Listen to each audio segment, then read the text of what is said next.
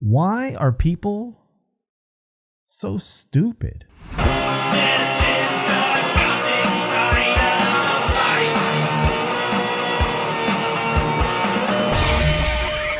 Greetings, future corpses, and welcome to people who judge other people for judging other people because they like to be judged by other people simply for judging people because they're different. I will be your funeral guide, Glenn Lee Allen Davis. I have lived my whole life being judged by others who don't even know me. They have always underestimated me, mostly based on the way that I look. I have been thought of as a thief, a criminal, a degenerate, a lowlife, and even poor trailer park trash. Well, I guess that last one's probably true. I'm proud to be trailer park trash. I learned very quickly that I could use people's judgment to my advantage. But not everybody has that ability. Some people are more sensitive than others. And this attitude of prejudice has fueled my hatred for religion, because they're one of the major contributors to such judgment, and being out in public. But one particular establishment is worse than all the rest. A department store called Sears. The day they went out of business was a happy day for me indeed. It took over 20 years of my curses and bad wishes, but it finally happened.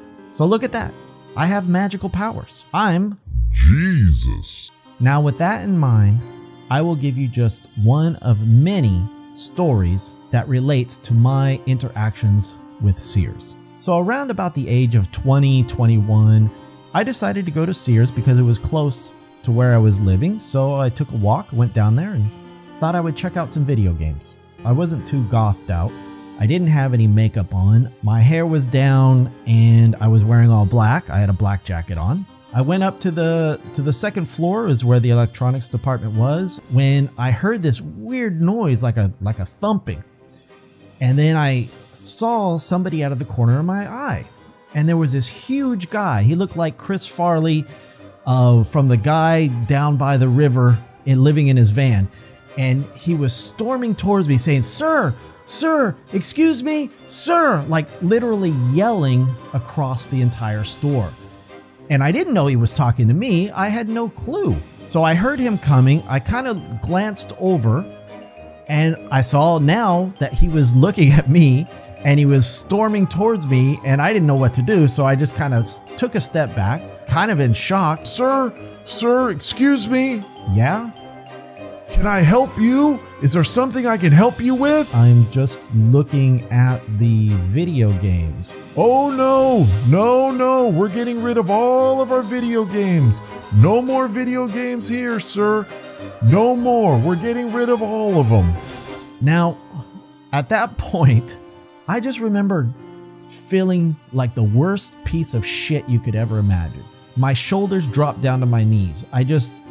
I didn't really comprehend what he was saying at the time until later, but just the tone of his voice and the way he looked at me and the way he treated me, I just knew that I had to get out of there as soon as possible. I felt so low. So I didn't say anything to him. I kind of just put my head down and just walked away. And he didn't say anything else. He just kind of stood there all macho looking, as if he did his job and got rid of the bad Gothic guy or something. And I continued to think about it after it happened. It kind of haunted me for a while. It's like, what the fuck did I do wrong? And even if they were getting rid of all the video games, they still had video games right in front of me. Why couldn't I buy those video games that were sitting right there? It was just completely ridiculous. Of course, it made no sense, but the guy thought that I was going to steal something, and so he just wanted to get rid of me based solely on the way that I look. What an asshole. So that wasn't the first time that I experienced something that made me feel kind of uncomfortable or just stupid for who I was or how I looked, but it certainly was at that time the worst. I mean, many stores have treated me badly, or followed me around the store, looked over my shoulder. Even at one point, I was falsely arrested. And that's a long story. I'll save that for another video. If you've experienced something like that, leave a comment. I want to hear what you guys have to say. And if it's a particular store like Walmart or Kmart or whatever it is, name the store. I mean, this happened to me over 20 years ago, 25 years ago, And it still bothers me to this day. It does. I mean, I'm over it. But in a way, it's like, man, fuck you. What the fuck is your problem? So if you have a similar story, leave a comment. Let me know. I'd love to hear about it.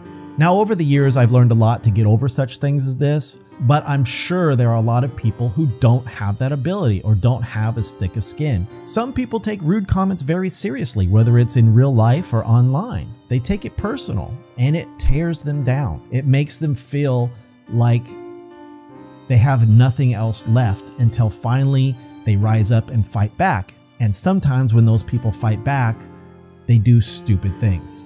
I know the anniversary of Columbine just passed recently, and I can't help but think how those kids were treated by cruel judgment shaped the way they thought and acted upon those thoughts. Now, I'm in no way condoning what they did at the school, and neither would I ever condone violence towards other people in any way, shape, or form. But I'm letting you know that I understand it, and it has an effect. While most of us do become stronger from the horrible events that happen to us throughout our lifetime, there are a select few who let it fester inside of them, and it keeps building until they are overcome with hate.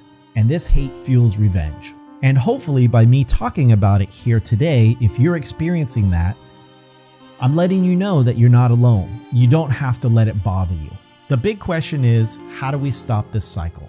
Because the sad thing is, over the last 25 years, from my experience, people still haven't changed because there are different types of people. There are nice people, there are rude people, there are ignorant people, and there's dipshit assholes that are just fuckheads. I'm sorry, that's just the way some people are. As much as you want people to accept you for who you are, you also have to accept people for who they are. And part of that acceptance is understanding that some people are assholes.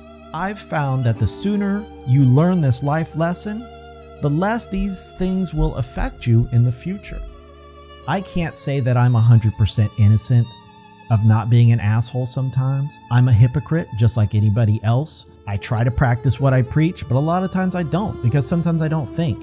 I'll make fun of somebody, I will make a comment when I shouldn't, but usually if I put my foot in my mouth, I'll apologize for it if I know that I hurt somebody. I would say 90% of the time, I usually don't say it to somebody's face. I may think it just to be funny, I may say it in private. In the end, I do my best not to hurt other people's feelings.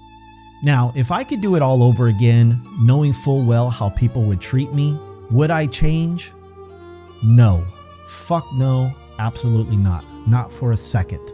I would rather look like a freak, get ridiculed, be put down, beat up, whatever it is, for 100 years, rather than to just live one day as a normal person for the sake of fitting in. And that's what I love most about Goth. You are fearless when it comes to being unique and an individual. You should be proud of yourself for that. And remember that the next time somebody puts you down for being different, fuck them. Fuck their small-minded, stupid-ass, dipshit bullshit. You are a wonderful person no matter what you look like or what you want to be. Don't ever forget that. And now this.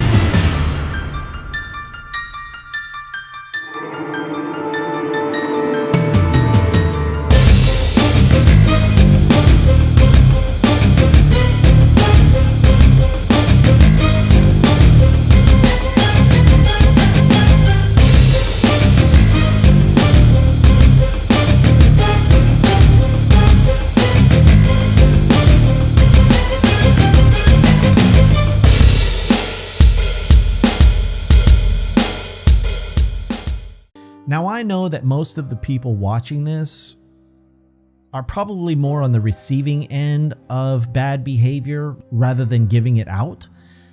So those people are probably not going to be around to learn any new life lessons. They're probably not going to gain anything from this conversation, but hopefully you will. Don't let someone else's actions bother you, and don't let others bring you down. Be who you want to be and be damn proud of it. If you're new here and you want to be a future corpse like the rest of us, then please hit that subscribe button below. And if you turn on notifications, I get to keep your soul after you die. But don't worry, I have a jar to keep them in, so you'll be safe. And if you enjoyed what you saw, hit the like button, leave a comment, and please share this with somebody, either on Twitter, Reddit, Facebook. And just remember, the things that make us different are the things that make us great. Thanks for watching.